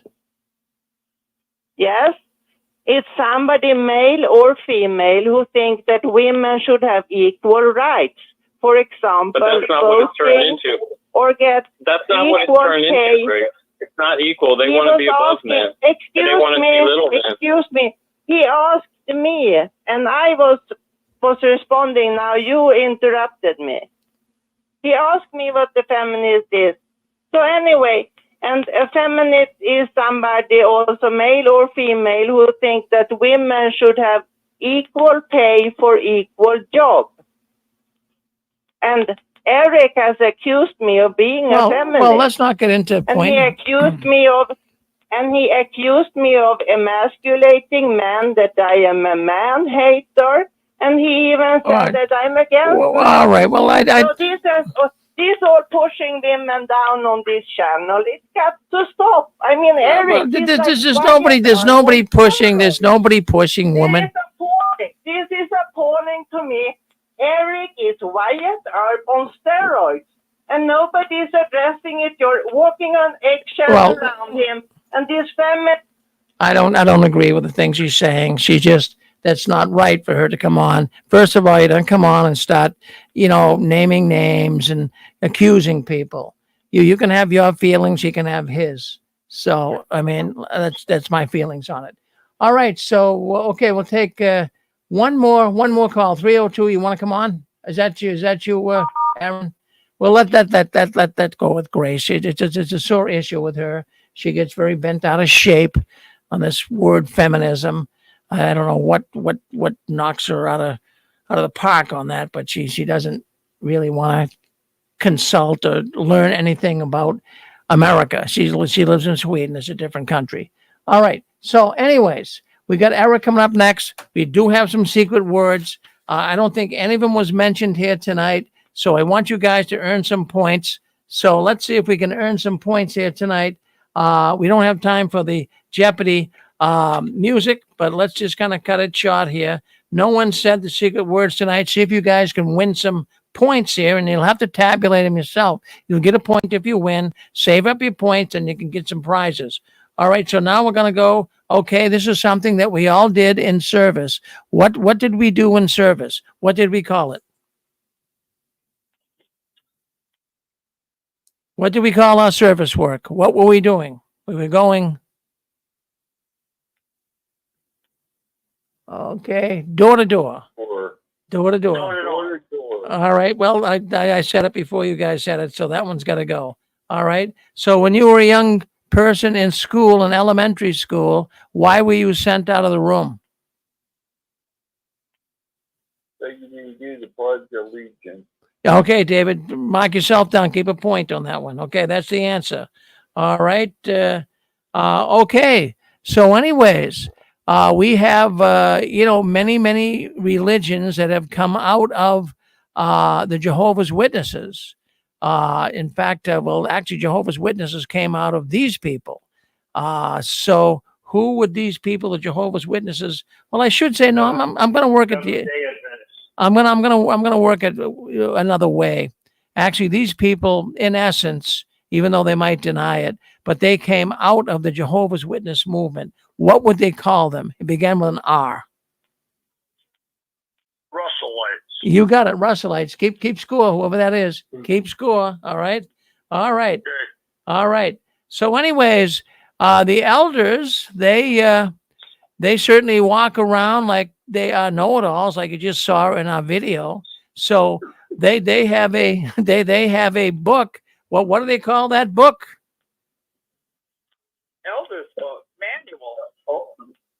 Well, it is called the official title, Shepherding the Flock. But Shirley, I believe you got it. Make a point. Put a point down. Okay. All right. All right. So, anyways, well, we had meetings. We had a number of meetings a week at one point, 5 meetings a week, and we had the Watchtower study. We had the ministry school. We had the public talk. We remember that one. And give me the name of another meeting that we had.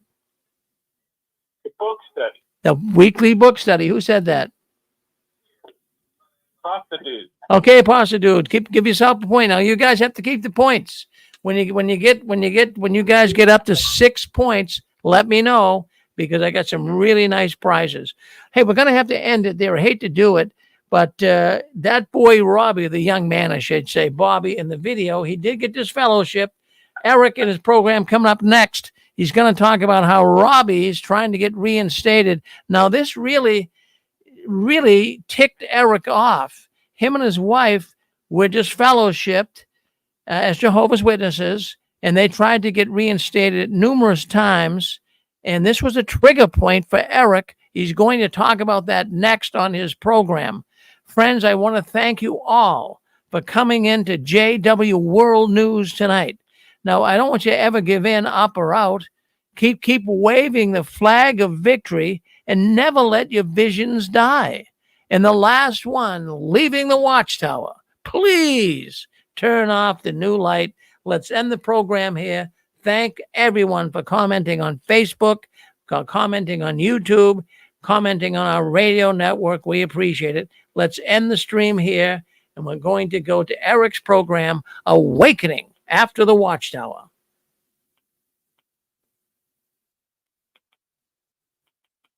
Just trying to end the stream here, and just, okay, let's do this. All right, okay, let me get rid of this first. Hold on 1 second, I'm going to cancel this, and then I'm going to end the stream. See you on the other side, going into the other studio.